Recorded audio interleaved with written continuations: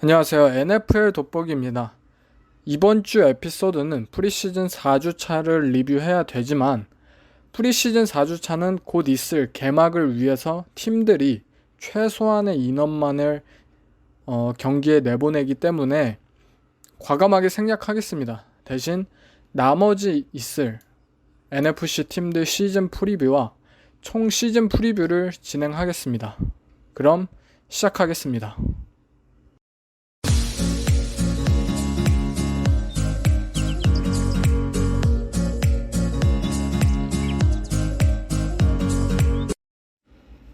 네, NFC 사우스 팀들 시즌 프리뷰를 시작하겠습니다. 먼저 작년 시즌 꼴찌를 기록하였던 템파베이 벅스의 차례인데요. 브루스 아리안스 감독이 은퇴를 선언했다 1년 만에 컴백을 한 벅스입니다. 아리안스 감독은 스스로 인터뷰를 통해서 쉬는 동안 낚시를 엄청 했었다. 하지만 풋볼이 너무 그리워서 참을 수가 없었다라고 표현을 했었는데요. 그만큼 다시 풋볼에 열정을 갖게 된 상황이고 새로 감독에 부임한 만큼 엄청난 팀 그리고 엄청난 동기를 현재 가지고 있지 않을까 싶습니다. 먼저 브루스 아리안스 감독이 부임하고 가장 먼저 해야 할 일 그리고 아리안스를 벅스에서 감독으로 지명한 이유는 전체 1픽이자 하이즈만 트로피 위너인 제이미스 윈스턴 때문입니다. 현재 동기인 마커스 마리오타와 함께 커리어의 벼랑 끝에 도달한 만큼 벅스는 이 선수에게 마지막으로 기회를 주기 위해 아리안스를 감독으로 지명하였습니다. 아리안스 감독은 가장 최근엔 카디널스에서 커리어 막바지로 가던 칼슨 파머를 MVP 시즌에 근접하게끔 만들어 주었고 쿼터백 구루로서는 상당히 인정을 받는 감독입니다. 과연 윈스턴이라는 이 선수가 아리안스 감독 덕에 커리어 하이 시즌을 올 시즌 보낼 수 있을까요? 먼저 긍정적인 부분부터 보겠습니다. 누가 오든 오펜시브 코디네이터가 바뀐다면 쿼터백은 변화를 맞이하게 됩니다. 플레이북, 플레이 스타일 다 코치마다 서로 다르기 때문에 하지만 이 문제에서 벅스는 현재 상당히 긍정적입니다. 그 이유는 전 감독인 더커럴 감독과 브루스 아리안스 새 감독인 이 아리안스 감독의 플레이 스타일과 스킴 상당히 비슷하기 때문입니다. 두 코치 모두 디펄 드랍백 중심의 다운필드 패싱 게임 오펜스로 많은 러싱 횟수보다는 좀 더 패싱에 집중하고 패싱 또한 숏패스 위주가 아닌 좀 더 중장거리 위주의 패스를 노리는 오펜스입니다. 이러한 스타일의 친숙함은 윈스턴에게 있어서 좀 더 많은 것을 새로 배우지는 않아도 된다는 뜻입니다. 또한 아리안스 감독은 현재 윈스턴의 문제점을 정확히 알고 있는 감독입니다. 아리안스 감독이 부임 확정 소식이 들리자마자 제가 인터뷰를 봤는데 인터뷰를 통해서 윈스턴에 대해서 언급한 것은 그의 스로잉 모션에 대한 문제였습니다. 그 당시 브루스 아리안스 감독은 인터뷰로 나는 윈스턴의 모든 필름을 이미 살펴봤고 메카닉 부분에서의 발전을 꾀하겠다 라고 인터뷰를 통해 밝혔고 이는 윈스턴의 현재 가장 큰 문제점을 정확히 짚었습니다. 윈스턴의 스로잉 모션은 상체를 심하게 회전시키기에 반동을 제대로 이용하면 뒷볼의 좋은 정확성을 유도할 수 있지만 반대로 어깨가 높이 올라가서 하체를 제대로 이용하지 못한다면 오히려 정확성이 훼손되고 또한 릴리즈의 시간이 길어진다는 단점을 가지고 있습니다. 그렇기에 윈스턴은 항상 타임 투 스로우 패스를 던지기까지 걸리는 시간이 항상 2.7초대, 2.8초대 리그 상위권이었고 이는 숏패스를 뿌리는데 큰 단점이 되었습니다. 결국 윈스턴을 편하게 하기 위해서 오펜스 리듬을 위해서는 정확한 숏패스는 현재 쿼터백들에게 굉장히 필수적인 조건입니다. 드류 브리스나 패트릭 마홈스가 굉장히 딥패스만을 잘하는 것처럼 보이지만 이 선수들은 숏패스에서의 정확성이 완벽하기 때문에 이것들이 다 좋게 맞물리는 것입니다. 결국 브루스 아리안스 감독은 이러한 문제점을 정확히 관통했고, 이 문제가 만약 고쳐진다면 윈스턴에겐 굉장히 밝은 미래가 기대가 될 상황입니다. 하지만 밝은 부분만 있는 것은 아닙니다. 윈스턴은 현재 상당히 문제가 많은 선수입니다. 모두가 그의 강점을 딥패스, 빅플레이 능력이라고 말을 하고 있습니다. 하지만 그의 딥패스 정확성은 작년 리그 최악이었습니다. 또한 빅플레이 능력 또한 리그 평균보다 낮은 선수였고요. 프로풋볼 포커스가 2018년 측정한 쿼터백 포지티브 그레이드와 네거티브 그레이드에서 윈스턴은 모두 최상위권을 기록했습니다. 포지티브 그레이드와 네거티브 그레이드에서 모두 최상위권을 기록했다. 해석하자면 그는 뭐 아니면 도식의 패스를 던지고 있다는 것입니다. 윈스턴은 드라이브를 지속하고 오펜스를 통해서 게임을 지속시키려는 마인드가 아닌 터치다운 아니면 인터셉션, 이러한 마인드를 현재 윈스턴은 가지고 있고, 이는 벅스의 디펜스가 좋지 않았다는 것을 감안하면 굉장히 안 좋은 마인드입니다. 결국 아리안스 감독은 이 부분을 숏패스의 위력으로 어떻게든 만회할 거라 생각은 들지만, 윈스턴은 이 부분에 상당히 친숙한 선수가 아니기에 어떻게 될지는 아무도 모르는 상황입니다. 또한 벅스는 올 시즌 스킬 포지션 선수들의 FA 때문에 많은 선수를 잃기도 하였습니다. 드션 잭슨과 아담 험프리는 세퍼레이션 타입의 리시버이기 때문에 윈스턴의 패스 정확성이 부족하더라도 그것을 스스로 메꾸는 모습을 보여주는 리시버였습니다. 하지만 이제 윈스턴은 그러한 리시버들을 잃었기 때문에 더 많은 50-50 패스를 날리는 상황이 올 것이고, 오펜스의 탤런트진이 작년보다 떨어질 것이라는 것은 상당히 아쉬운 부분입니다. 사실 가장 제가 이 선수에게 우려되는 것은 리더십입니다. 이 선수는 현재 팀 내 입지적으로 벼랑 끝에 몰린 선수입니다. 작년 시즌 시즌 초반 3경기 징계를 받았었고, 손가락으로 W를 그려서 스스로 먹는 괴상한 펌프업 스피치를 했을 땐 동료들조차 이 선수를 이상하게 바라보았습니다. 계속해서 사생활 문제가 불거져 나오고 실력적으로도 못한 모습을 보이고 있는 이 선수가 어떻게 라커룸을 모으고 팀 내 리더로서의 역할을 보일 수 있을까 상당히 궁금한 시즌입니다. 결국 윈스턴에게 올 시즌 가장 큰 숙제는 물론 스로잉 메카닉의 발전, 패스 정확성의 발전 다 있겠지만 결국 리더로서, 인간으로서 얼마나 성숙해지느냐입니다. 이 부분이 해결되지 못한다면 윈스턴은 내년 시즌 저는 벅스에서 볼 수 없을 것이라고 저는 생각합니다. 좀 더 탤런트적으로 덧붙이자면 이 팀은 리시버들이 많이 떠났지만 그래도 마이크 에반스, 크리스 과딘, 오제이 하월드 등 좋은 리시버들이 아직 있습니다. 오펜시브 라인도 강하다라고는 할 수 없겠지만 건강만 하다면 강한 오펜시브 라인으로 도약할 수 있는 선수들을 보유했고요. 결국 이 상황에서 더 좋은 스킴이 안착을 한다면 충분히 좋은 시너지를 낼 수 있는 탤런트를 가진 오펜스입니다. 작년 시즌 템파베이의 패싱 디펜스는 통계적으로 NFL 역사상 최악의 시즌을 기록했다고 합니다. 패싱 디펜스 부분에서 대부분의 기록을 신기록 세웠다고 합니다. 청취자분들도 잘 아실 것입니다. 벅스의 디펜스는 진짜 최악이라고. 결국 올 시즌 벅스가 위닝 시즌을 보내기 위해서는 윈스턴의 발전도 발전이지만 나라 끝까지 떨어진 이 디펜스를 어떻게 다시 쌓아 올리느냐가 관건입니다. 먼저 벅스는 작년 시즌 후반 그들의 오랜 디펜시브 코디네이터였던 마이크 스미스를 해고하였습니다. 그리고 이번 시즌 제치의 전 감독인 토드 보울스 디펜시브 코디네이터를 영입했고요.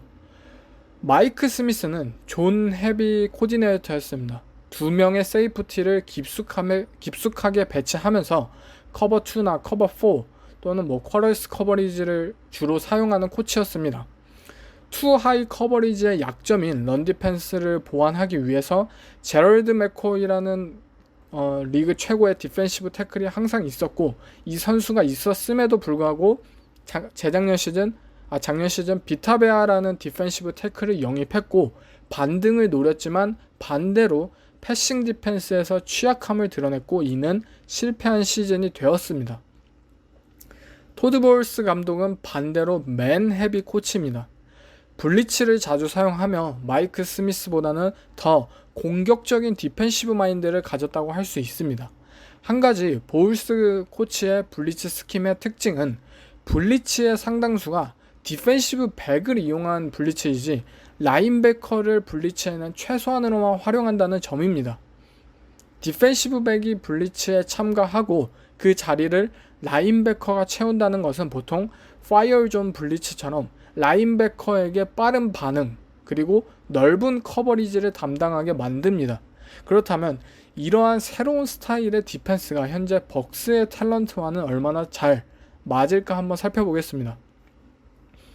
그나마 긍정적인 점은 현재 벅스는 르반테 데이비드라는 커버리지의 강점을 가진 주전 라인베커를 보유하고 있고 또 카디널스 출신의 세이프티처럼 활용이 가능한 듀온 뷰캐넌이라는 선수를 현재 보유하고 있는 등 어느 정도 스킴에 적합한 선수들을 보유하고 있다는 점입니다. 또한 은다무쿵수와 비타베아라는 굉장한 디펜시브 태클들을 보유하고 있고요. 하지만 부정적인 점 또한 상당히 많습니다. 먼저 이 팀의 디펜스 탤런트진 전체적인 탤런트는 상당히 좋지 않습니다. 가장 큰 문제는 작년 패싱 디펜스의 문제였던 세컨더리진입니다. 코너백 중에서 단 한 명도 믿을만한 선수가 없으며 제치에서 자말 아담스가 보울스의 스킴에서 굉장히 중요했다는 것을 생각하면 현재 벅스는 자말 아담스 같은 다재다능하고 강력한 탤런트를 가진 세이프티 또한 없기에 상당히 문제적인 상황입니다. 결국 패싱 디펜스를 작년에 비해 드라마틱하게 반등하기 위한 상황, 블리츠를 좀 더 많이 사용할 것으로 예상되는 상황, 디펜시브 백들이 좀 더 다양한 것에 참가할 것으로 예상되는 상황, 이 모든 건 결국 양 아웃사이드 코너백들과 연결됩니다. 코너백들이 만약 스텝업 하지 못한다면 벅스는 이 모든 예상과 기대를 저버릴 수 있는 상황입니다. 그렇기에 이 팀의 디펜스에 올 시즌 가장 큰 것은 코너백이고 올 시즌과 작년 시즌 2라운드와 3라운드에서 모두 각각 매년 2명씩 뽑은 이 코너백들이 시즌을 좌지우지할 것이라고 저는 생각하고 있습니다. 네, 벅스는 여기까지 마무리를 하고요. 다음 팀은 작년 시즌 3위였던 애틀랜타 팔콘스입니다. 슈퍼볼에서의 충격적인 패배 이후 계속해서 매년 하락세를 거두고 있는 팔콘스입니다. 이 팀은 올해 큰 결단으로 오펜시브 코디네이터를 바꾸었고 또 디펜시브 코디네이터를 자르면서 댄킨 감독이 감독과 코치까지 겸하는 시즌이 되겠습니다. 그렇다면 올 시즌 바뀌는 팔콘스의 오펜스는 어떤 모습일까요? 먼저 위에서 얘기했지만 새롭게 부임한 더커럴 코치는 다운필드 패싱 오펜스 철학을 가진 감독입니다. 타이트 엔드와 리시버를 적극적으로 패싱 오펜스에 가담시키면서 멜라이언의 어깨를 이용한 오펜스가 펼쳐질 것으로 기대가 됩니다. 지난 몇 년간 팔콘스 오펜스의 가장 큰 점은 레드존 오펜스였습니다. 2016년 슈퍼볼 진출해 팔콘스의 레드존 컨버전 확률은 NFL 전체 9위였습니다. 하지만 2017년 스티브 살키시안 코치의 첫 해 이것은 23위로 크게 떨어졌고요. 이글스와의 플레이오프 때 마지막까지 레드존에서 총 4번의 기회 동안 역전을 하지 못했던 장면은 더욱 이를 여실하게 보여주는 장면이었습니다. 그렇지만 2018년엔 11위로 크게 반등에 성공하였습니다. 하지만 팔콘스는 이 부분을 스킴적인 요소보다는 탤런트적인 부분을 통해 반등에 성공하였습니다. 그들의 1라운더 리시버인 켈빈 리들리는 레드존에서 6개의 터치다운을 기록하였고 리시버 중 가장 뛰어난 EPA를 기록하였습니다. 멜라이언의 레드존 패스 정확성은 이전에도 제가 어디서 얘기했는데 그의 이름값에는 상당히 어울리지 않는 능력입니다. 그렇게 이 부분을 세퍼레이션이 뛰어난 리시버를 통해서 살키시안 코치는 돌파구를 찾았었고 팔콘스의 레드존 오펜스는 2018년 그렇게 반등을 할 수 있었던 것입니다. 하지만 만약 좀 더 스킴적인 부분이 발전을 거둔다면 이 팀의 오펜스는 더 다채로운 색깔을 찾을 수 있을 것이라고 생각합니다. 한 가지 이 예상을 보여주는 것은 팔콘스의 드래프트입니다. 이번 드래프트에서 팔콘스는 1라운더에서 가드와 태클 2명의 오펜시브 라인맨을 뽑으면서 리그를 상당히 놀라게 만들었습니다. 이 오펜시브 라인 강화는 위에 얘기했던 것과 같은 맥락입니다. 버티컬 패싱 게임을 중시하는 오펜스가 펼쳐질 것이기에 이는 7스텝 드랍백, 즉 오펜시브 라인에게는 프로텍션 시간이 길어진다는 뜻입니다. 그렇게 더커럴 코치는 벅스에서 6 오펜시브 라인 전략을 사용하기도 했었고요. 말 그대로 풀백 대신 라인맨을 6명 쓰는 전략이었는데 상당히 꽤 효과를 보았습니다. 벅스에서. 하지만 이렇게 되면 또한 리시버가 한 명 줄은다는 뜻이고 팔콘스에는 이용할 리시버가 상당히 많기에 이들은 오펜시브 라인을 그대로 강화함으로써 본인들의 오펜스 스타일은 유지하겠다, 이러한 전략을 현재 취하고 있습니다. 훌리오 존스, 켈빈 리들리, 무하마드 사누, 저스틴 할디, 오스틴 후퍼, 엄청난 리시버들이 있기 때문에 이 팀의 오펜스는 정말 올 시즌 다시 도약할 시즌이 아닌가 싶습니다. 사실 작년 시즌 팔콘스의 시즌을 망친 것은 오펜스가 아닌 디펜스였습니다. 디펜스 또한 주전들의 부상, 키아누 닐, 디온 존스, 리카르도 알렌 때문에 시즌을 제대로 치르기 힘들었고요. 결국 올해 만약 디펜스 선수들이 건강히 회복되어 돌아온다면 이 팀의 디펜스는 상당히 반등할 요소가 많은 상황이라는 것입니다. 올해 팔콘스의 감독이자 디펜시브 코디네이터인 역할까지 겸업하는 댄 퀸은 또 다른 시옥스 스킴의 후계자입니다. 커버3 프레스벨 컨셉을 사용하며 이 팀 또한 많은 탤런트들을 가지고 있는데요. 이들 또한 시옥스의 바비 와그너처럼 커버리지에 능한 디온 존스라는 라인베커를 보유하고 있고, 키아누 닐은 시옥스 리전 오브 붐의 캠 찬셀러와 비교되는 선수입니다. 또 그레디자러, 타키리스트 맥킨리, 에드리안 클레이본이 친정으로 컴백한 상황이기도 하고요. 한 가지 댄 퀸 감독의 스킴이 일반적인 시옥스 스킴과 좀 다른 것은 댄 퀸 감독은 시옥스 스킴치고 맨 커버리지의 비율이 상당하다는 것입니다.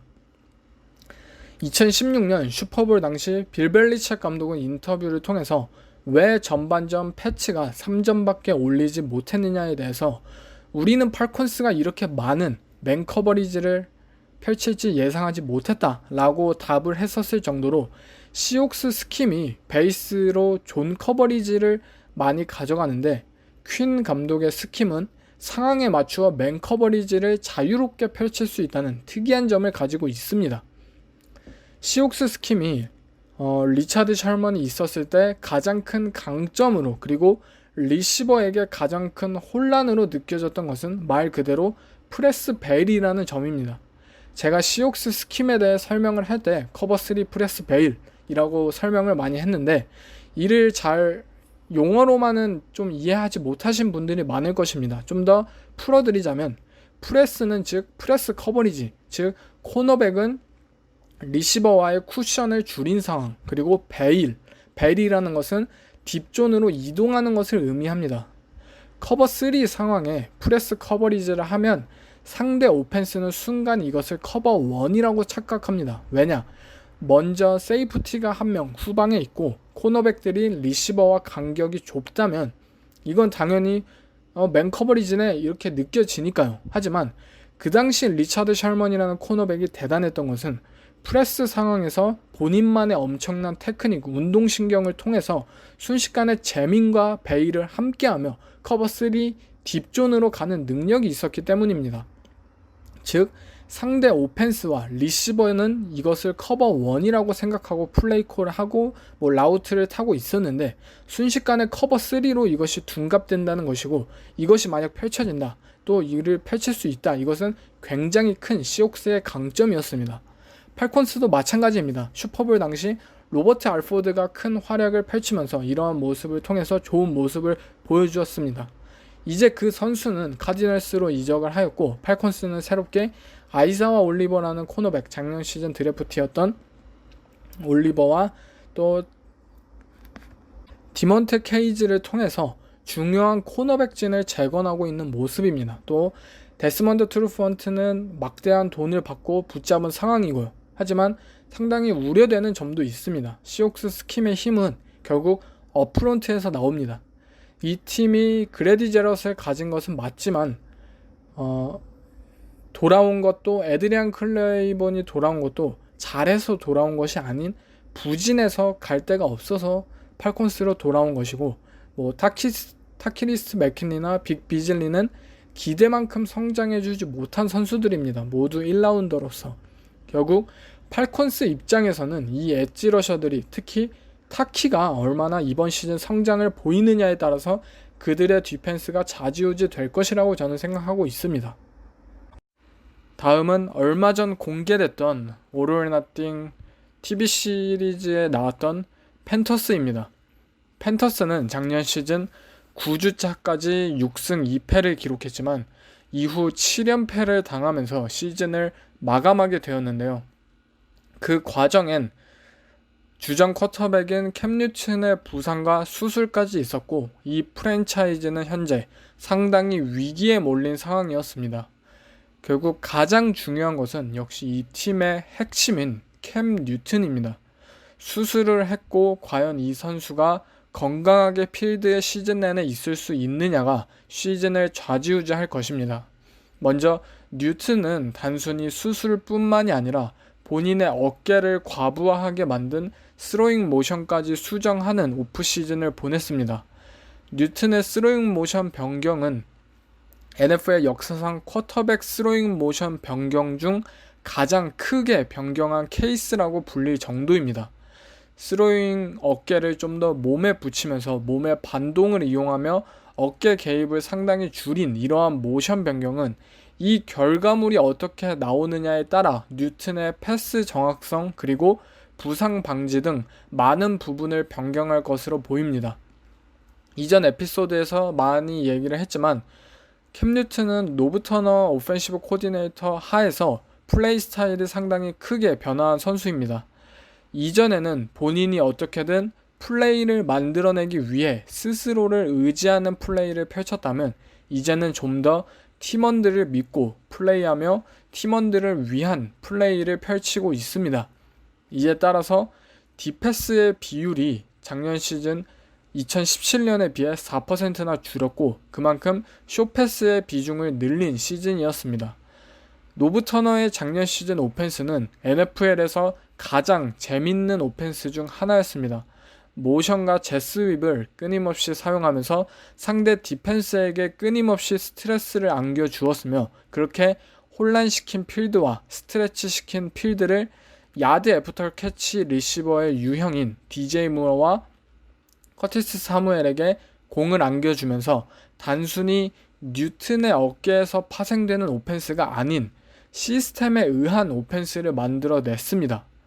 또한 크리스천 맥카프리의 존재는 언제든지 뉴튼에게 안전한 체크다운 리시빙 옵션을 제공하면서 템포적으로 심리적으로 안정감을 주었습니다. 뉴튼에게 있어서 공을 빨리 만드는 이 오펜스는 결국 공을 빨리 던지는 이 오펜스는 결국 뉴튼에게 있어서 숏패스 정확성을 굉장히 향상시키는 모습을 만들어 주었습니다. 하지만 반대로 오펜스 자체가 딥패스의 비중을 줄이고 딥볼 스페셜리스트 리시버가 없다는 점은 뉴튼의 딥패스 정확성에서는 부진을 만드는 모습을 보여주었습니다. 또는 어깨 부상 때문에 딥패스가 좋지 않았을 수도 있겠고요. 작년 시즌.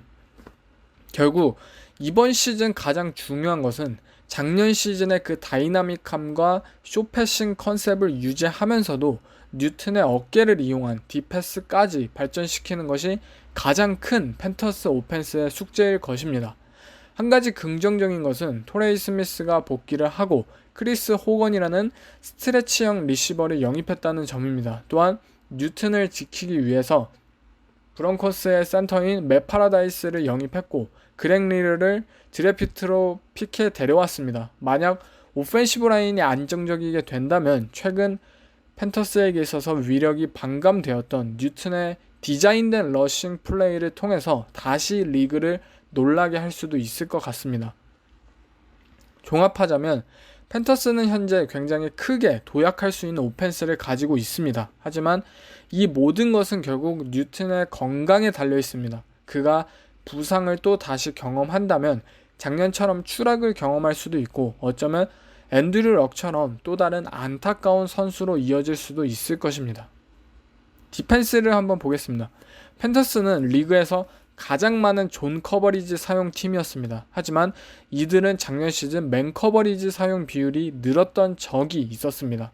그땐 바로 단테 잭슨이라는 코너백이 좋은 모습을 보였을 때입니다. 코너백 진이 안정되었다고 느껴지자 팬터스는 프레스한 맨 커버리지를 공격적으로 사용했지만 단테 잭슨이 리시버들과의 매치업에서 시즌 후반 갈수록 약점이 노출하게 되자 이들은 다시 코너백 진의 문제가 불거져 나왔습니다. 결국 팬터스는 존 블리츠를 굉장히 많이 사용하는 팀이기에 코너백 진이 안정되지 못한다면 디펜스는 원하는 방향이 이루어지지 못하는 상황입니다. 단테 잭슨, 제임스 브래드버리 이 코너백들이 결국 스텝업을 해주어야 하는 그러한 시즌이겠고요.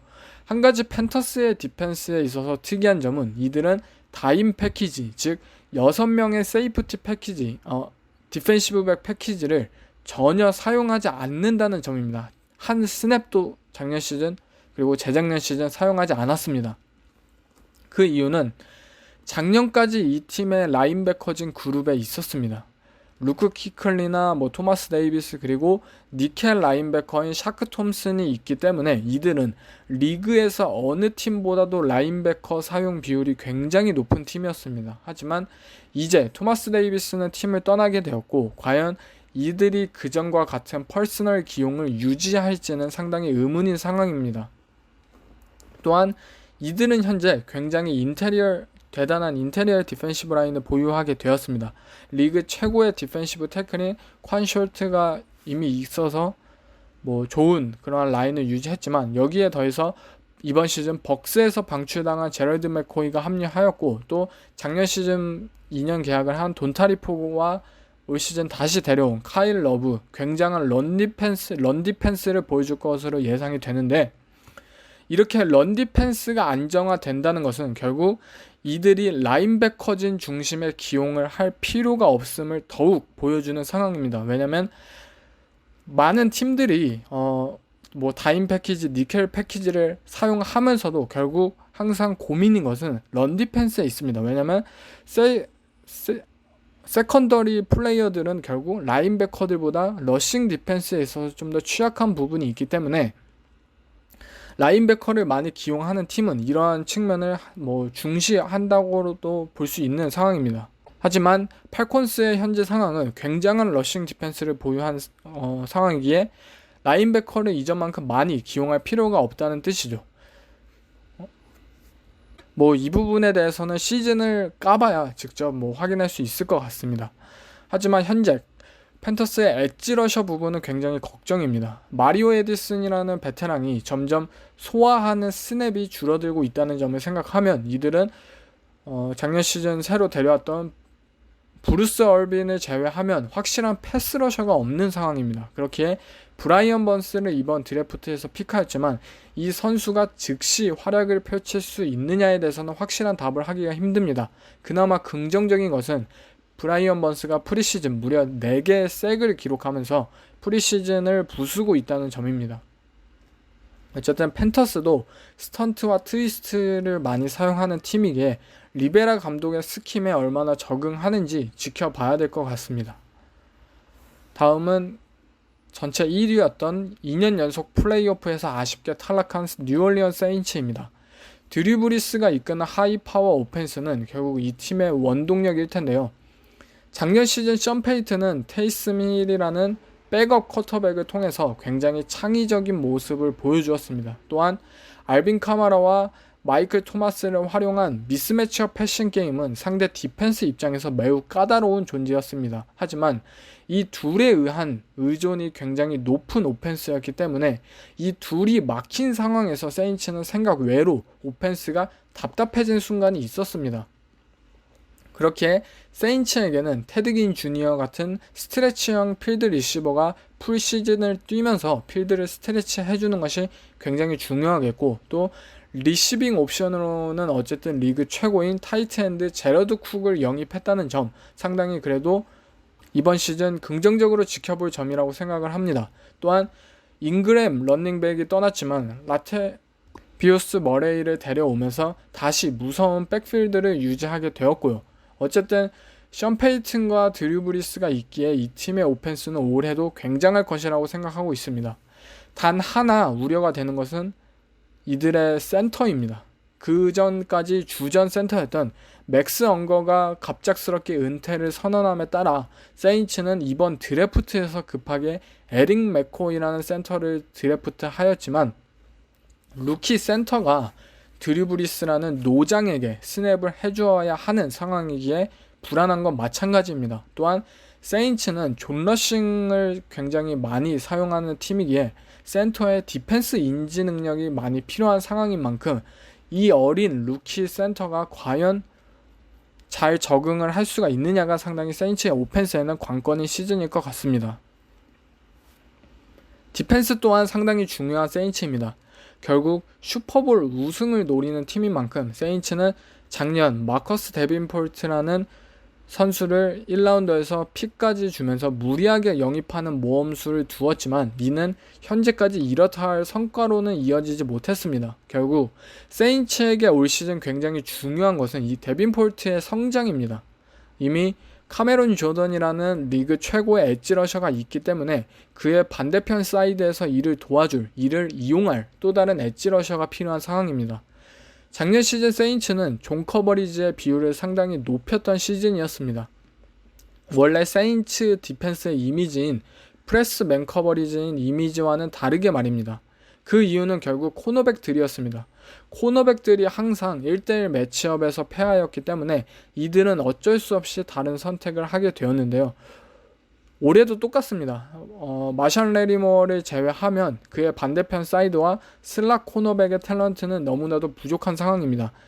일라이 애플이 트레이드를 통해서 영입했고 반등 하나 했지만 결국 부족한 모습을 보인 것은 똑같고, PJ 윌리엄스, 켄 크롤리, 매 경기 기복이 심한 선수들이며 항상 안 좋은 모습, 대부분 그런 모습을 보여주는 선수들입니다. 세인츠의 패싱 야드 허용이 리그 4위였다는 것을 감안하면 이들의 패싱 디펜스, 코너백 진이 부족함을 여실히 보여주는 상황입니다.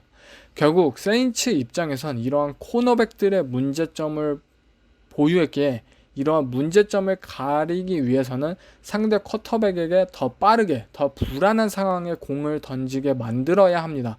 이를 위해서는 아까도 얘기했지만 마커스 데빈폴트의 발전이 필요하고요.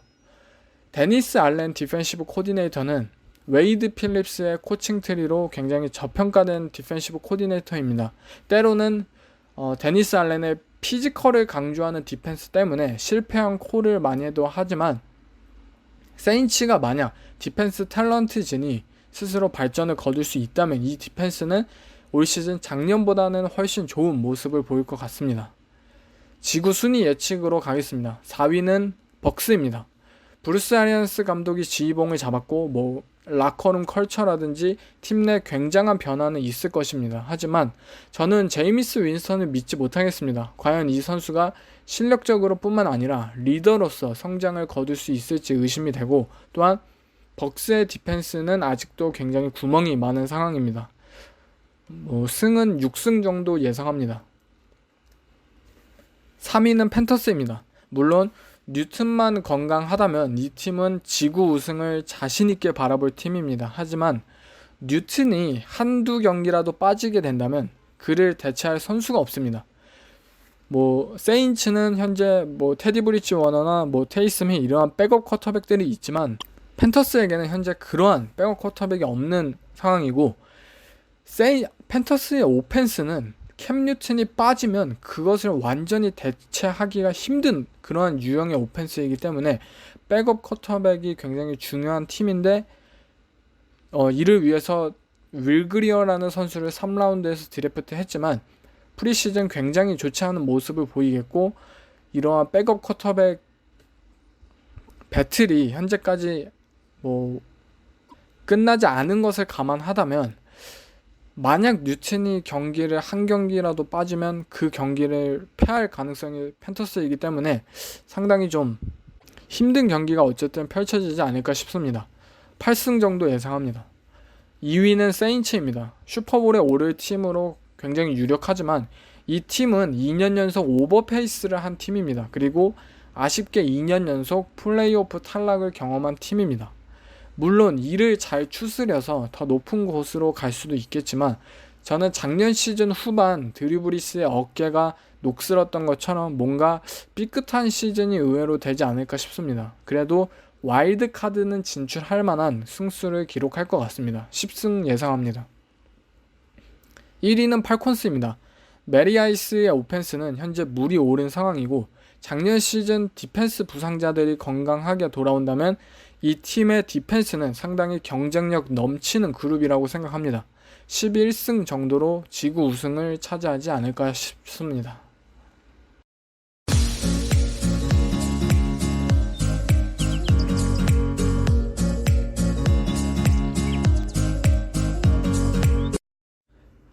NFC 웨스트 팀들 시즌 프리뷰입니다. 첫 번째 팀은 가장 기대와 걱정을 한 몸에 받고 있는 팀입니다. 애리조나 카지널스이죠. 그 이유는 역시 에어레이드라는 것 때문입니다. 에어레이드가 아직도 정확히 무엇인지 모르시는 분들이 많으실 것 같습니다. 하지만 이번 시즌 풋볼을 제대로 즐기기 위해서, 제대로 알기 위해서는 에어레이드를 정확히 알아야 하기 때문에 이번 기회에 제대로 설명해 드리겠습니다. 에어레이드라는 것은 BYU 대학에서 시작되었고, 켄터키 대학에서 그 모습을 진정 드러내었던 에어레이드는 할 머미 그리고 마이크 리치 코치로부터 시작이 되었습니다. 하지만 이들은 대학에서 에어레이드를 발전시킨 장본인들이고, 미 전역에 에어레이드를 널리 알린 것은 토니 프랭클린입니다. 켄터키 대학에서 뇌물수수 관련으로 대학리그에서 영구 출입 금지를 당한 이 토니 프랭클린은 고등학교로 갑니다. 왜냐하면 대학에선 할 수가 없기 때문에. 이 고등학교에서 프랭클린은 본인이 배웠던 에어레이드를 펼쳤고, 그의 고등학교 팀의 오펜스는 매 경기당 400야드 이상의 그러한 경기력을 보여주었습니다. 그때부터 많은 코치들은 이 에어레이드의 주목을 시작하였고, 이 토니 프랭클린은 거기서 장사를 시작하게 됩니다. 바로 에어레이드의 시스템 테이프를 돈을 받고 팔기 시작한 것입니다. 사실 이건 굉장히 흔합니다. 지금도 많은 초중 고등학교 미국의 코치들은 프로그램 자체를 돈을 주고 사고 팔고 있고, 이는 매우 자연스러운 일입니다. 우리나라로 치면 매년 우승하는 고등학교 축구팀이 그들의 훈련 방식, 관리 방식을, 그러한 비법을 다른 고등학교나 중학교, 초등학교 코치들한테 돈을 주고 공유하는 개념이겠죠. 결국 프랭클린은 에어레이드의 플레이 컨셉, 훈련 방법이 담겨진 이 프로그램을 팔기 시작하였고, 이는 그 지역 텍사스의 거의 모든 고등학교 코치들이 사기 시작하였습니다. 왜냐하면 에어레이드는 굉장히 간단하고 굉장히 위력적이었기 때문입니다. 또 매경기 400야드 이상의 오펜스를 펼칠 수 있음은 부모님들 뿐만이 아닌 지역 관중들 또한 불러 모을 수 있었고, 에어레이드의 3데이 인스톨 방식은 선수들에게도 굉장히 쉬웠기에 이는 매우 효과적이었기 때문입니다. 그렇기에 현재 에어레이드의 대표적인 컨퍼런스로 표현되는 빅12가 텍사스를 주로 배경으로 하는 컨퍼런스임을 확인하실 수 있으실 것입니다. 텍사스의 모든 고등학교들이 이 에어레이드 시스템을 채택하기 시작하였고, 2000년대 초반부터 이는 시작되었고, 현재 2010년대 빅12 컨퍼런스는 에어레이드와 뗄래야 뗄 수 없는 관계가 되었습니다. 이에 맞추어서 디펜스 또한 에어레이드 오펜스를 막기 위한 디펜스로 변화하였고, 이는 좀 더 작고 좀 더 스피드가 있는 디펜스로 변모를 하였고, 이들이 SEC 같은 다른 컨퍼런스, 피지컬을 강점으로 하는 컨퍼런스에 지는 이유도 이와 비슷합니다. 대학으로 돌아가겠습니다. 할 머미와 마이크 리치는 텍사스 테크와 워싱턴 스테이트에서 모두 장기간 팀을 이끌면서 킹스버리, 링컨 라이언리 등 현재 핫한 젊은 대학 코치들을 기르기도 하였습니다. 그렇다면 현재 과연 에어레이드의 오펜스는 무엇일까요? 한 가지 전에도 말했지만 에어레이드는 마인드입니다. 단순히 이것을 에어레이드의 대표적인 컨셉인 메쉬, 식스, 크로스, 세일 이런 것으로 생각하지 말고 좀 더 철학적으로 생각을 해야 합니다. 에어레이드라는 것은 일반적인 웨스트 코스트 오펜스와 비슷한 개념입니다. 하지만 웨스트 코스트 오펜스와 에어레이드 오펜스가 다른 것은 이 웨스트 코스트 오펜스는 짧은 패스에 무게를 실었다면 에어레이드는 좀 더 딥패스에 치중을 한다는 것입니다.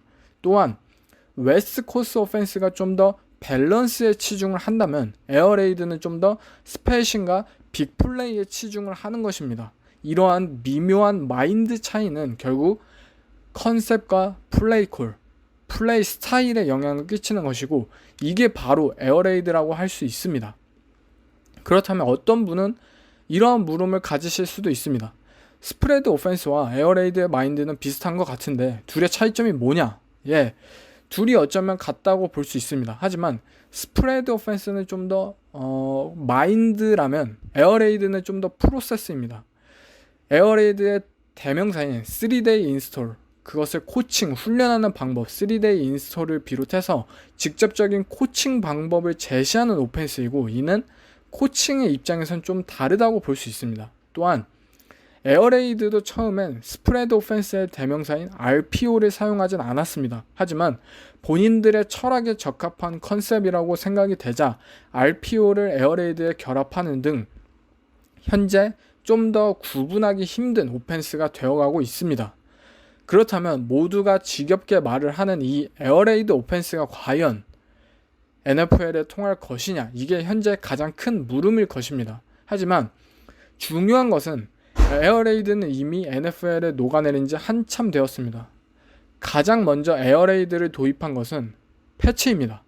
역시 선구자인 벨리첵답게 당시 에어레이드의 성지였던 텍사스 테크 출신의 슬란 리시버인 웨스 웰커를 적극적으로 기용하였고, 이는 에어레이드의 첫 번째 NFL 침범이라고 볼 수 있습니다.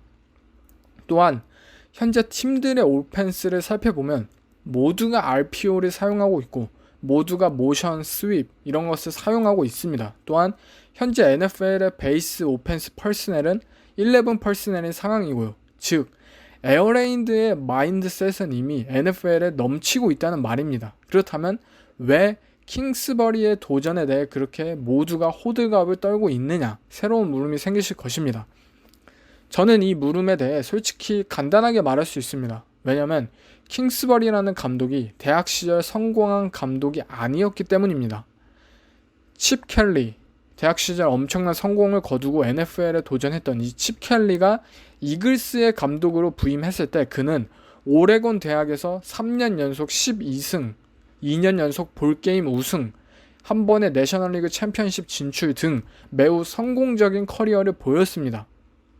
그렇기에 그가 NFL에 왔을 때 모두가 칩 켈리는 자격이 있지, 그 정도로 성공을 했으니까, 다 이런 시각으로 바라보았습니다. 반면 킹스버리는 텍사스 테크의 감독으로서 6년 동안 35승 40패 4할의 승률을 보냈습니다. 결국 성공하지 못한 감독의 성적입니다. 하지만 예외적으로 현재 NFL에 왔고 모든 전문가들과 팬들은 이에 대해 의심을 거두지 않는 것입니다.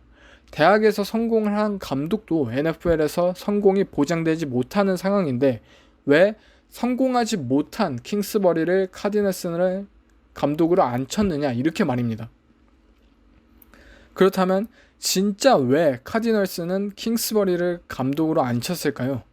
저는 이 부분에 대해서 한 가지 확고한 생각을 가지고 있습니다. 바로 카디널스는 목표를 성공적인 팀이 아닌 프랜차이즈 쿼터백을 기르는 데 있다는 것입니다. 킹스버리가 부임한 당시 이들은 조시 로젠이라는 1년차 실패한 쿼터백을 가지고 있었고, 결국 마홈스와 메이필드와 함께 했었던 킹스버리를 통해 선수 하나에 집중하겠다는 의지였지만, 어쨌든 로젠은 팀을 떠나게 되었고, 또 다른 에어레이드 스쿨 쿼터백인 머레이를 데리고 온 상황이고, 이는 똑같습니다. 결국 올 시즌 카디널스는 팀 성적으로 꼴찌를 하더라도 그들 스스로는 상관이 없을 것이라고 생각할 것입니다. 단지 이 팀의 쿼터백인 머레이와 이 팀의 오펜스가 얼마나 좋은 활약을 펼치느냐에 구단은 본인들만의 성적표를 가름할 것이라고 생각합니다. 그렇다면 카디널스의 오펜스에 있어서 에어레이드 오펜스에 있어서 현재 긍정적인 점과 부정적인 점은 무엇일까요? 첫 번째, 이들은 데이비드 존슨이라는 러닝백을 가지고 있다는 점입니다. 에어레이드의 오펜스에 있어서 러닝백은 굉장히 필수적인 타겟입니다. 패싱 타겟으로서. 단순히 스크린, RB 플레어 같은 그런 컨셉, 짧은 패스뿐만이 아니라 러닝백의 딥 라우트 능력을 이용한 컨셉들이 굉장히 많기에 리시빙 옵션으로서 최상의 러닝백인 데이비드 존슨의 존재는 굉장히 큰 힘이 될 것입니다. 또한 크리스찬 컬크, 앤디 이사벨라, 키션 존슨 등 에어레이드에 적합한 리시버들이 굉장히 많습니다. 또한 킹스버리는 본인만의 퍼스널을 기용해서 굉장히 뛰어난 코치입니다.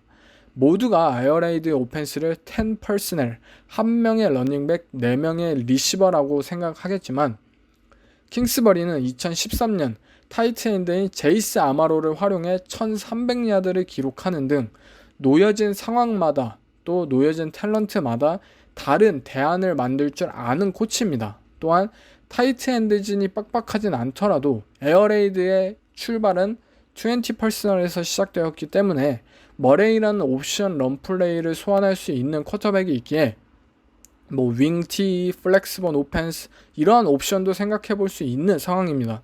하지만 모두가 긍정적인 것은 아닙니다. 에어레이드 오펜스는 기본적으로 맨 블락킹을 바탕으로 플레이합니다. 왜냐면 에어레이드는 더 빅플레이를 노리는 마인드이기 때문에 이들의 포켓에서의 시간은 일반적인 오펜스보다 평균적으로 길게 가져갑니다. 이 말은 오펜시브 라인들이 일반적인 시간보다 더 많이 버틸 수 있어야 된다는 뜻입니다. 이를 위해서 마이클 리치 감독은 와이드 스플릿을 에어레이드와 접목시켰습니다. 오펜시브 라인들이 서로의 간격을 넓히면서 엣지러셔와 쿼터백 간의 직선거리가 멀어지는 효과를 발생시켜서 어떻게든 0.1초라도 쿼터백에게 시간을 만들어주는 이 스플릿 운용은 서로 떨어져 있기에 슬라이드 프로텍션이 힘이 들기에 주로 맨블락킹 상황을 만들게 됩니다. 결국 오펜시브 라인이 상당히 중요하다는 뜻입니다. 이 에어레이드 시스템에서는. 하지만 모두가 아시겠지만 카즈의 오펜시브 라인은 현재 좋지 않습니다. 하지만 에어레이드라는 것은 모든 에어레이드 팀들이 이러한 문제점을 가지고 있고 이들은 이것을 빠른 핫라우트 패스를 통해 해결합니다. 핫라우트라는 것은 블리츠나 프레셔를 예상하고 쇼패스로 공을 빠르게 뿌린다는 뜻입니다. 핫라우트. 하지만 제가 카디널스에게 조금 우려가 되는 것은 프리시즌 레이더스와의 경기에서 본 것처럼 킹스버리는 생각보다 더 과감한 코치라는 것입니다. 세이프티를 당한 플레이의 상황에서 레이더스는 분명한 블리츠 포메이션을 보였고 정석대로라면 핫라우트 패스가 예상된 상황이었습니다. 하지만 그 상황에 10야드 미만의 라우트를 탄 리시버는 없었고 머레이는 공을 뿌릴 리시버가 없었기에 바로 세이프티로 이어졌습니다. 어찌 보면 과감하고 대담하지만 어찌 보면 미련한 그런 플레이콜 운용이라고도 볼 수 있습니다. 물론 프리시즌은 시험의 무대이기에 정규 시즌까지 이러한 마인드를 고집하진 않을 거라 생각합니다. 하지만 어쨌든 킹스버리라는 코치는 현재 진보로 대표되는 에어레이드의 대표자이고 이 보수적인 NFL을 정식적으로 침입하는 상황이라고 볼 수 있습니다. 정규 시즌 굉장히 기대가 되는 오펜스라고 생각합니다. 사실 카디널스는 현재 오펜스보다는 디펜스가 더 걱정인 상황이지 않을까 싶습니다. 먼저 이들은 디펜시브 코디네이터가 바뀐 상황입니다. 스티브 릭스 감독이 사퇴를 하였고 브론코스의 전 감독인 벤스 조셉이 이 DC로 부임을 했는데요. 상당한 스킨 변화가 예상이 됩니다. 윌크스 감독은 팬터스 출신으로 굉장히 헤비한 존 커버리지를 사용한 감독이었고 작년 블리치 시도에서 1위를 기록한 것처럼 존 블리치를 자주 사용했던 코치입니다. 반면 벤스 조셉은 일반적인 블리치를 많이 사용하며 작년 패치에 이어서 브론코스의 맨 커버리지 비율은 전체 2위였고요. 이러한 연속된 스킨 변화는 분명 선수들에게 어느 정도 영향을 끼칠 것이고 또한 야심차게 영입했던 로버트 알포드라는 코너백은 시즌이 시작되기 전에 부상을 당했고요.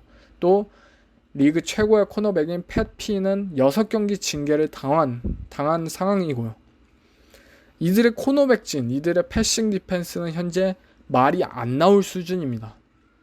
챈들러 존스, 부다 베이커 이름값 있는 선수들도 있긴 하지만 전체적인 팀 뎁스와 탤런트가 너무 좋지 않습니다. 지금 사람들은 카디널스의 오펜스 걱정보다 디펜스 걱정을 하는 게 맞지 않나 싶습니다. 다음 팀, 현 리그 최고의 오펜시브 마인드 코치인 카일 셰나한이 이끄는 나이너스입니다. 이 팀은 작년 지미 갈라폴로의 부상으로 모든 계획이 무너졌었습니다. 닉 멀렌이 얼핏 보면 좋은 플레이를 한 것처럼 보이지만 모든 건 셰나한의 스킴 덕에 좋은 활약을 펼친 것처럼 보인 것이었고 과연 이 팀의 진정한 오펜스는 언제 볼 수 있을 것인가 상당히 저의 애를 태웠습니다. 지미지는 이번 첫 프리시즌 경기에서 패스 레이팅 0을 기록했고 인터셉션 2개를 기록하면서 많은 사람들이 그를 의심하게 만들었는데요. 두 번째 경기에서는 또 좋은 모습을 보이면서 다시 밴드웨건들을 불러 모으고 있습니다. 이 지미 갈라폴로를 완벽하게 믿을 수 있느냐에 대한 물음에 저는 셰나한을 믿는다고 답하고 싶습니다.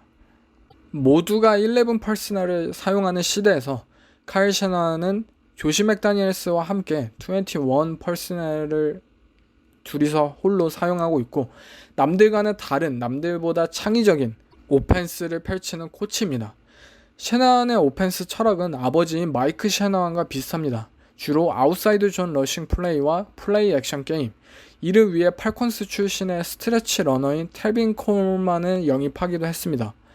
이러한 쿼터백의 능력을 극대화시킬 수 있는 코치가 있다는 것은 지미지를 믿지 못하여도 그의 오펜스는 믿을 수 있다는 말입니다. 또한 나이너스는 올해 굉장한 리시버진을 구축했습니다.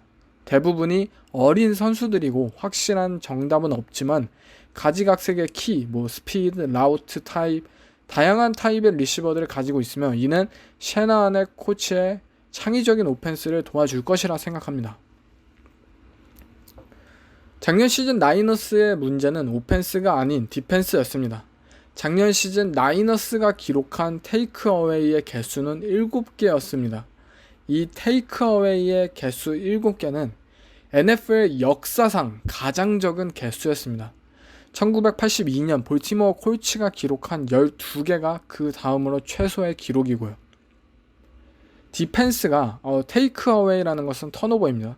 디펜스가 턴오버를 가져오지 못한다는 것은 천재인 카일 셰나한이 이끄는 오펜스에게 더 많은 기회를 주지 못하는 것을 의미합니다. 또한 디펜스 스스로도 드라이브를 지속함으로써 체력이 많이 소비된다는 뜻이기도 하고요.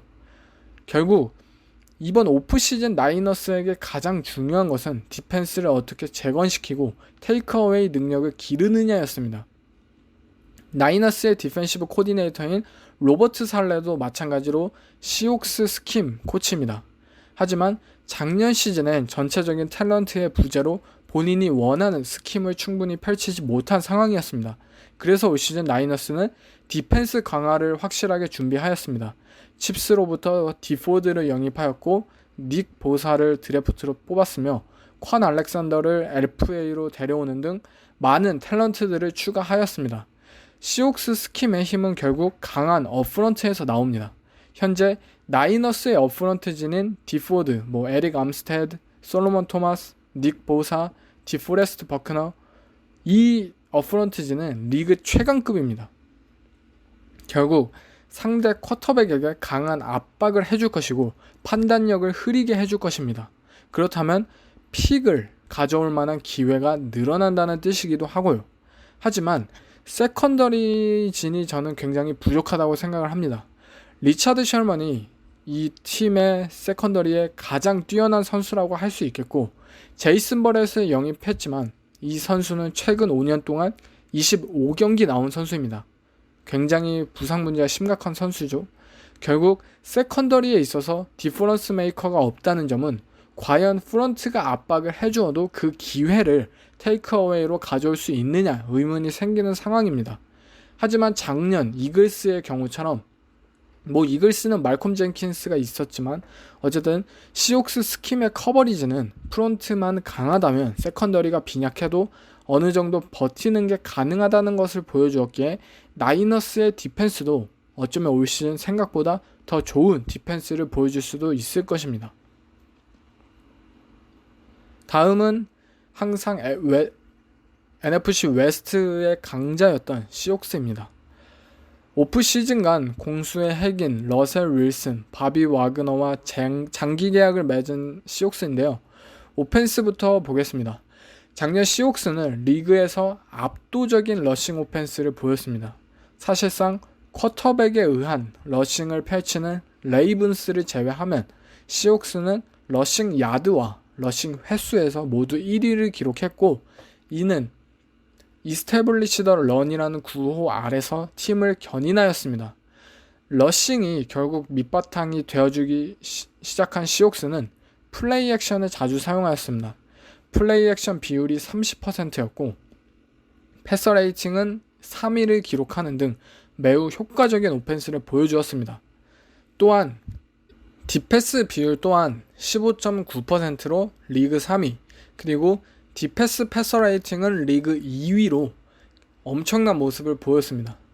러싱이 강하다는 것, 그리고 러싱을 많이 시도한다는 것은 상대 디펜스를 박스에 잡아두는 효과를 만듭니다. 디펜스가 박스에 집중한다는 것은 결국 그 뒤에 후방이 열린다는 것이고, 그걸 시옥스는 플레이 액션과 디패스를 통해서 마음껏 공략을 한 작년 시즌이었습니다. 물론 정규 시즌 시옥스는 분명 잘하였습니다. 이런 오펜스가. 하지만 문제는 플레이오프였습니다.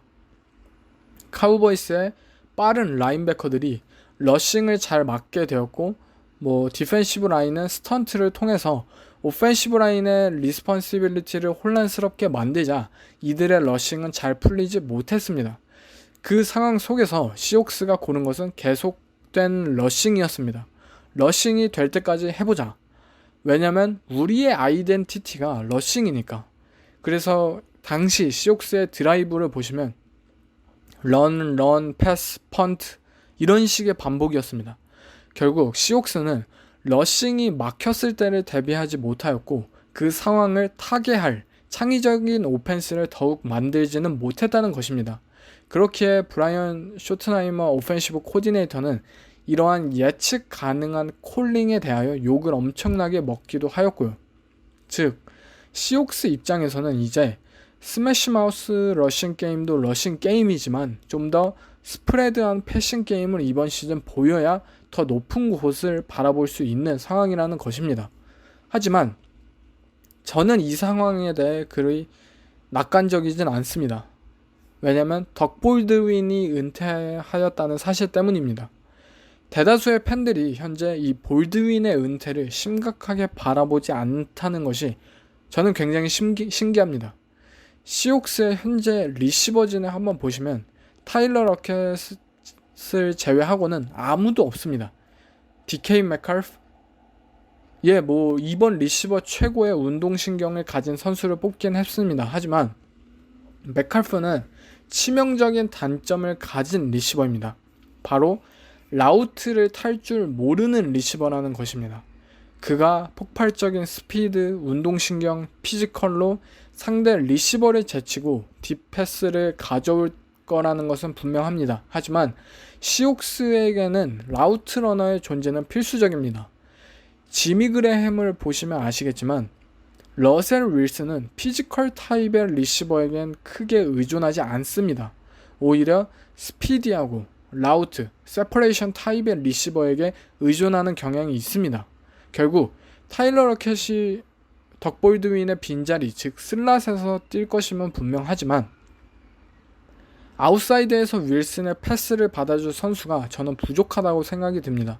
또한 중요한 것은 브로큰 플레이 상황입니다. 윌슨은 스크램블을 어떻게든 자주 이용하는 쿼터백이기 때문에 스크램블을 통해서 플랫, 훅 디펜더를 본인에게 불러일으키고 그 공간에 빈 공간으로 리시버를 보내서 역으로 이용하는 그런 천재적인 능력을 가지고 있습니다. 하지만 볼드윈이 없는 만큼 이 브로큰 플레이 상황에서 윌슨의 공을 잡아줄 리시버가 저는 생각나지가 않습니다. 윌슨에게 있어서 어쩌면 본인 데뷔 이후 가장 빈약한 리시빙 진이 아닐까 싶습니다.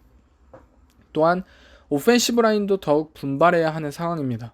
물론 2017년 프레셔 허용률이 NFL 전체 26위에서 2018년 19위로 상승을 했지만 이는 레프트 태클인 듀안 브라운의 효과가 굉장히 큰 그런 효과였고 또 다른 선수들이 계속 발전을 해야 하는 상황이라는 것은 똑같습니다. 윌슨은 포켓 패서로서 굉장한 선수입니다. 더 이상 요리조리 뛰어다니지 않게 만들고 포켓 안에서 빅플레이를 만들어낼 수 있는 선수여야 하기에 시옥스의 오펜시브 라인은 올 시즌도 상당히 중요한 시즌이겠습니다. 시옥스 스킴, 제가 하도 많이 이야기하는 시옥스의 디펜스입니다. 이 디펜스는 올 시즌 가장 큰 걱정이 아닐까 싶습니다. 얼 토마스가 팀을 떠났고 이는 경기에 모멘텀을 가져올 수 있는 플레이메이커가 사라졌다는 뜻입니다. 현재 시옥스의 세컨더리에서 과연 그 역할을 해줄 수 있는 선수가 누가 있을까요? 저는 없다고 봅니다. 샤킬 그리핀, 트레 플라워스 모두 커버리지에서 썩한 선수들이고 이 팀은 현재 가장 큰 위기에 있다고 생각합니다. 그러한 상황에서 프랭크 클락을 트레이드하였고 엣지러셔조차 없는 그런 상황입니다. 이즈키엘 안사를 영입하였고 LJ 콜리어를 드래프트로 픽하였지만 프랭크 클락의 이름에 비하면 상당한 다운그레이드이고요. 어쩌면 피트 캐롤이 맞이한 디펜스 중 가장 좋지 않은 탤런트가 올 시즌이라고 생각될 정도입니다. 가능성 하나만 바라보는 상황인 것이죠.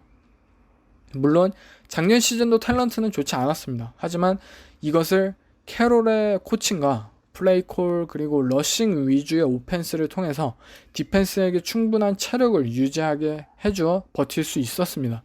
작년 디펜스 타임 오브 포지션이 리그 7위로 짧았습니다. 하지만 올해 만약 시옥스가 좀 더 공격적인 패싱 오펜스를 추구한다고 생각한다면 디펜스에겐 더 많이 필드에서 뛰어야 하는 상황이 올 것입니다. 작년과는 다른 상황이고 부족한 탤런트로는 이것을 버틸 수가 없을 것입니다. 그렇기에 정말 젊은 선수들이 스텝업을 해줘야 하는 시옥스이고 푸나 포드 등 기대되는 선수들이 굉장히 중요한 시즌이 되겠습니다. 마지막 슈퍼볼에서 아쉽게 패배한 램스입니다. 맥베이 감독이 지휘봉을 잡은 지 이제 3년 차에 접어드는 팀인데요. 워낙 뛰어난 코치가 있고 워낙 뛰어난 시스템을 보유한 팀이기에 계속해서 오랜 디비전을 제패할 팀이라고 생각합니다. 이번 시즌 램스의 오펜스에 있어서 가장 중요한 부분은 저는 고프도 아니고 맥베이 본인이라고 생각합니다. 먼저 맥베이 코치는 그냥 천재입니다. 31살의 나이로 감독이 된 것도 엄청나고 32살의 나이로 슈퍼볼에 오른 것은 말도 안 되고요. 하지만 더욱 대단한 것은 굉장히 창의적이고 정확한 오펜시브 마인드를 가졌다는 것입니다. 물론 저는 리그 최고의 오펜시브 마인드는 카일 샤난이라고 생각합니다. 하지만 제가 만약 쿼터백이었을 때 저의 감독으로 원하는 것은 맥베이입니다. 왜냐면 샤난의 복잡한 오펜스를 제가 따라갈 수 있을 것 같진 않고 맥베이의 쿼터백을 최대한 편안하게 만들어주는 시스템과 간단한 그런 컨셉들이 저에겐 더 적합하지 않을까 싶어서 맥베이를 고르겠습니다. 제러드 고프가 시스템 쿼터백이라는 소리를 듣는 이유가 여기에 있습니다. 그렇다면 시스템 쿼터백 하는데 램스의 시스템이 과연 뭘까요? 작년 램스의 오펜스의 모든 것을 이번 기회에 설명해 드리겠습니다. 램스의 오펜스는 기본적으로 아웃사이드 존 러싱과 플레이 액션을 바탕으로 하고 있습니다. 거기에 더해서 작년 시즌 모션과 젯 플라이 스윕을 장착해서 한 단계 더욱 발전을 거두었고요. 또한 퍼스넬 기용에선 11 퍼스넬을 87% 리그에서 가장 많이 사용하는 팀이고, 포메이션 측면에선 컨덴스드 스플릿을 애용하고 있습니다. 그러면 제가 방금 열거한 요소들이 과연 어떻게 램스의 오펜스의 무기가 되어가고 있는 걸까요? 먼저 저는 모든 것은 결국 플레이 액션과 관계되어 있다고 생각합니다. 램스는 작년 비정상적인 오펜스를 펼치는 라마 잭슨을 제외하면 플레이 액션 사용 비율이 35%로 리그 1위입니다. 플레이 액션을 가장 많이 사용하고 플레이 액션과 논 플레이 액션 상황에서 쿼터백의 패서 레이팅이 20이나 차이가 난다는 것은 결국 플레이 액션이 오펜스의 중심이라는 뜻입니다. 이들의 아웃사이드 존 러싱 또한 마찬가지입니다. 쿼터백이 움직이지 않는 하드 플레이 액션을 제외하면 플레이 액션은 기본적으로 붓레그 플레이와 연결됩니다. 네이키드 붓, 하프 붓 상황에 따라 다르지만 대부분의 플레이 액션은 붓레그 플레이로 이어지기 때문에 이 아웃사이드 존 러싱은 이 붓레그 플레이의 가장 안성맞춤인 러싱 플레이입니다. 아웃사이드 존 러싱이라는 것은 간단하게 존 러싱이지만 런닝백의 에이밍 포인트가 주로 타이트 엔드의 안쪽이나 바깥쪽 풋으로서 러싱으로 필드를 최대한 스트레치하고 턴더 코너를 목적으로 하는 러싱입니다. 그렇게 오펜시브 라인맨들의 임무는 벽을 유지한 채 사이드 라인 끝까지 그것을 지속해서 가는 것입니다. 붓레그 플레이와 이 벽을 유지한 채 사이드 라인 끝까지 간다라는 아웃사이드 존 러싱의 특성은 결국 굉장한 결합입니다. 프로텍션이 계속해서 지속될 수 있으니까 결국 많은 팀들이 붓레그와 플레이 액션 그리고 스트레치 존 러싱을 현재 결합하고 있는 이유입니다. 두 번째는 컨덴스드 스플릿. 리시버와 타이트엔드가 오펜시브 라인에게 가깝게 붙는 이 포메이션은 램스에게 상당히 효과적이었습니다. 그 이유는 두 가지가 있습니다. 첫 번째는 러싱에 대한 위협 자체 때문입니다. 모두 아시다시피 램스에게는 토드 걸리라는 리그 최고의 런닝백이 있습니다. 상대 팀 입장에서는 걸리를 항상 걱정하지 않을 수밖에 없습니다. 그리고 컨덴스드 스플릿, 즉 리시버와 타이트엔드가 오펜시브 라인에 가깝기 때문에 러싱 블락커로서 사용할 수 있다는 점은 상대 디펜스에게 어마어마한 러싱 디펜스 스트레스를 일으킵니다. 즉, 이 상황에서 러싱인 척 플레이 액션을 하고 리시버들은 페이크 블락을 하고 라우트를 그대로 탄다면 그대로 속는다는 것입니다. 디펜스는. 그렇기에 램스는 이 컨덴스드 스플릿을 결합을 했고요. 두 번째는 리시버들에게 어드밴티지를 준다는 점입니다. 상대 코너백 입장에서 만약 리시버가 컨덴스드 스플릿을 한다면 어느 정도 쿠션을 벌리고 수비를 하게 됩니다. 이는 리시버에게 있어서 처음부터 세퍼레이션의 기회를 준다는 의미이고 리크 라우트나 슬라이드 라우트 등 페이크 블락을 이용한 라우트는 굉장히 효과적일 수밖에 없습니다. 램스의 리시버진이 스트레치에 능한 구성을 하고 있다는 것은 이를 더욱더 극대화하고요. 모션과 스윕. 램스의 오펜스를 한 번이라도 보신 분들은 이들의 리시버들이 계속 왼쪽 오른쪽 양쪽으로 왔다리 갔다리 하시는 걸 보실 수 있습니다. 램스는 그렇다면 왜 이렇게 스윕과 모션을 활용을 많이 했을까요? 젯 스윕이라는 것은 먼저 디펜스를 반응하게 만듭니다. 제스 윕을 했을 때 만약 맨 커버리지라면 그 리시버를 뭐 코너백이든 뭐 세이프티가 됐든 그대로 쫓아갈 테고, 뭐 존 커버리지라면 세컨 레벨 디펜더들은 갭을 스위치합니다. 이러한 상황에서 고프에게는 두 가지 선택권과 오펜시브 라인에게는 엄청난 효과가 생깁니다.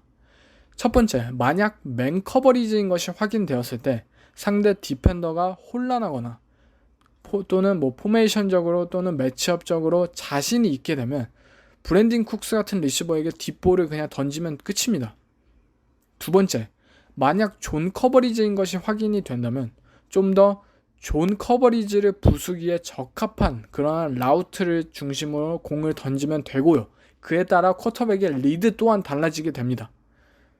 또한 제스 윕이라는 것은 세컨 레벨 디펜더, 주로 라인베커들을 플로우 시키기 때문에 오펜시브 라인에게 더 좋은 블락킹 앵글을 만들어주게 됩니다. 존 러싱은 맨 러싱과 다르게 라인맨에게 지정적인 상대가 없습니다. 다만 본인이 라인맨들이 레터럴로 움직이면서 앞에 있는 선수를 막는 그러한 시스템입니다. 이러한 존 러싱의 특징에 제스 윕을 통해 라인베커의 위치를 조정시키고 더 좋은 블락킹 앵글을 만들어주면 언커버드 라인맨에게 세컨 레벨 블락을 쉽게 만들어준다면 이는 토드 걸리라는 런닝백에게 아주 그냥 고속도로가 펼쳐지는 그런 효과를 얻을 수 있습니다. 그렇기에 램스가 존 러싱과 스윕을 결합시킨 이유이기도 하고요. 마지막으로 퍼스널입니다. 램스는 3 리시버 셋, 이건 너무 유명하죠. 굉장히 많이 사용하였습니다. 램스는 뭐 패치나 카일 셔너한과 다르게 왜 3 리시버 셋을 많이 사용했을까요? 스트레치 더 필드, 뭐 라우트 콤비네이션, 모션 기용, 굉장히 뭐 이유는 많습니다. 하지만 저는 이건 궁극적으로는 결국 걸리를 위해서라고 생각합니다. 걸리는 리그 최고의 런닝백입니다. 모두가 알고 있는 사실입니다. 그리고 리그 최고의 런닝백을 맞이할 때 상대 디펜스는 런닝백에게 집중을 하게 됩니다. 왜냐하면 런닝백, 러싱에게 경기의 전체를 휘둘리는 것을 꺼려하기 때문에. 그렇다면 상대 디펜스가 런닝백에게 집중을 한다는 것은 무엇을 의미할까요? 그것은 바로 박스를 채우는 것입니다. 박스. Aman in the box. 뭐 아주 유명한 문장이기도 한데, 하지만 램스는 3 리시버 셋을 항상 사용하기에 상대 디펜스는 이들의 리시빙, 이들의 스페이싱, 그리고 플레이 액션에 집중도 해야 하기에 걸리를 상대로 박스를 채우는 것을 꺼려했습니다. 그래서 걸리가 2018년 맞이한 에임맨 인더 박스는 오직 8%였습니다. 이즈케 엘리엇, 세컨 바클리 모두 에임맨 인더 박스를 30% 맞이한 반면에 걸리는 오직 8%였다고요. 8%. 사실 말도 안 되는 수치입니다. 이건. 걸리라는 런닝백을 맞이하는데 상대 디펜스가 박스를 안 채운다고? 이거는 말이 안 되는데, 이러한 상황 자체를 션 맥베이라는 감독이 만든 것입니다. 이러한 퍼스널 기용, 이러한 시스템 덕분에 말이죠. 이러한 오펜스 시스템을 맥베이는 겨우 2년 만에 완성하였습니다. 하지만 슈퍼볼 상황처럼 이 시스템은 벨리책이라는 또 다른 천재에게 완벽히 가로막혔습니다. 결국 맥베이는 또 다른 기회에 놓여 있다고 생각합니다. 본인이 완성시켰다고 생각한 이 오펜스가 앞으로 더 나아갈 점이 있었다는 것이죠. 그렇기에 저는 이번 램스의 오펜스에 있어서 가장 중요한 건 제러드 거프라는 쿼터백이 아닌 션 맥베이 감독 본인이라고 생각합니다. 어쨌든 램스는 쿠퍼컵이 돌아오고 앤드류 위버스도 돌아왔기에 이 팀의 오펜스는 올 시즌도 막강할 것이라 생각합니다. 디펜스 또한 변화가 있을 것이라 생각합니다. 웨이드 필립스의 디펜스의 단점은 예상 가능한 패키지와 퍼스널 기용이 있었고, 에릭 웨들이라는 세이프티의 영입은 이를 좀 더 탈피해서 레이븐스에서 그가 보여주었던 다재다능함을 활용하여 쿼터백을 프리스냅부터 혼란시키겠다는 의지가 느껴졌습니다. 또한 에런 도널드가 있기에 이 팀은 항상 무언가를 기대할 수 있는 디펜스이기도 하고요. 엣지 러셔 부분이 걱정이긴 하지만 AD가 뭐 어쨌든 올해도 좋은 모습을 보일 것 같습니다. 그렇다면 시즌 순위로 가겠습니다.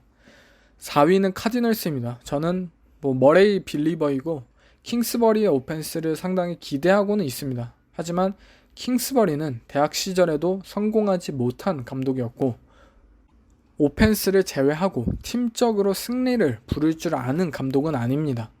오펜스가 잘한다고 하더라도 결국 풋볼은 팀 스포츠이기에 디펜스든 스페셜팀이든 화합이 되지 못한다면 결과는 좋지 못합니다. 6승 정도 기대합니다. 3위는 시옥스입니다. 피트 캐롤은 매년 엄청난 코칭을 보여주고 있고 모두가 시옥스를 과소평가하고 있을 때 리그를 놀라게 만들지만 지금 팀 탤런트를 보면 올해는 좀 힘들지 않을까 싶습니다.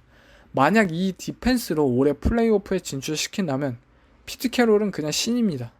8승 예상합니다. 2위는 나이너스입니다. 저는 지미 G를 믿지는 않습니다. 하지만 카일 셔넌을 믿습니다. 또한 세컨더리는 아직도 문제지만 어마어마한 어프런트를 보유한 나이너스이고 가장 크게 반등할 팀이 아닐까 싶습니다. 10승 예상합니다. 1위는 램스입니다. 슈퍼볼 행오버에 걸릴 수도 있는 팀이겠지만 맥베이라는 감독은 남다른 감독입니다. 분명 슈퍼볼 패배에 있어서 더욱 동기부여가 되었을 테고 더욱 불타고 오를 것이라 생각합니다. 11승 예상합니다. 그럼 총 시즌 프리뷰 AFC부터 보면 저는 1번 시드는 패츠, 2번 시드는 칩스, 3번 시드는 스틸러스, 4번 시드는 타이탄스, 5번 시드는 차저스, 6번 시드는 브론코스라고 생각합니다. 그리고 스틸러스와 브론코스와의 플레이오프, 스틸러스 승, 타이탄스와 차저스의 경기, 차저스 승, 그리고 패치와 차저스의 경기, 패치 승, 칩스와 스틸러스의 경기, 칩스 승, 컨퍼런스 챔피언십인 패치와 칩스의 경기는 저는 칩스의 승리로 칩스가 AFC에선 슈퍼볼에 진출할 거라 생각합니다. NFC는 1번 시드 이글스, 2번 시드 패커스, 3번 시드 램스, 4번 시드 팔콘스, 5번 시드 세인츠, 6번 시드 나이너스입니다. 램스와 나이너스의 경기에서 램스 승, 팔콘스와 세인츠의 경기에서 팔콘스 승, 이글스와 팔콘스의 경기에서 이글스 승, 패커스와 램스의 경기에서 패커스 승, 이글스와 패커스의 경기에서 패커스 승, 이글스 승, 칩스와 이글스의 경기에서는 이글스 승으로 이글스가 올 시즌 아마 슈퍼볼을 우승하지 않을까 싶습니다. 물론 이건 그냥 재미입니다. 재미. 저는 작년 시즌엔 세인츠와 잭슨빌의 슈퍼볼을 기대했지만 잭슨빌은 뭐 꼴등했고 세인츠도 슈퍼볼에 나가지 못했죠. 그냥 재미의 요소로 봐주시기 바랍니다. 오펜시브 루키 오브 더 이어는 레이더스의 런닝백인 조시 제이콥스, 디펜시브 루키 오브 더 이어는 스틸러스의 라인베커인 데빈 부시, 오펜시브 플레이어 오브 더 이어는 레이더스의 리시버인 안토니오 브라운, 디펜시브 플레이어 오브 더 이어는 덴버 브론커스의 엣지러셔인 본 밀러. 물론 에런 도널드를 하고 싶었지만 좀 너무 하잖아요. 이번에도 먹으면. 이번에 그동안 못 먹은 본 밀러를 주겠습니다. MVP는 에런 로저스로 하겠습니다. 저는 굉장한 반전이 있을 거라 생각합니다. 코치 오브 더 이어는 맨 라플라 감독. 현재 패커스의 감독입니다. 제가 사실 맨 라플라 감독을 굉장히 믿는 이유는 이 2012년 로버트 그리핀, 모두가 아시는 그 로버트 그리핀의 첫 해 마이크 셰난 감독이 2012년 레드스킨스는 오펜스 황금진이에요. 감독인 마이크 셰난, 그리고 오펜시브 코디네이터인 카이 셰난, 그리고 쿼터백 코치인 맨 라플라, 그리고 타이트엔드 코치인 션 맥베이까지 카이 셰난과 션 맥베이와 맨 라플라 감독, 이 세 명이 무려 한 팀에 있었다는 거예요. 그 오펜스를 이끌기 위해서. 이 세 명이 서로 주고받는 그러한 시너지는 저는 엄청났을 것이라는 생각이 들고, 카이 셰난과 션 맥베이가 엄청난 그런 오펜시브 마인드 코치가 된 것처럼 맨 라플라 감독이 이번 시즌은 그 3인방 중 새롭게 도약할 감독이 아닌가 싶습니다. 네, 이상 NFL 총 시즌 프리뷰까지 끝이 났고요. 다음 주부터는 NFL 전 경기 리뷰와 프리뷰 모두 진행이 되겠습니다. 이 부분에서 굉장히 노력을 많이 할 것이기에 많은 분들이 계속 들어주셨으면 감사하겠습니다. 이번 에피소드는 여기서 마치겠습니다. 감사합니다.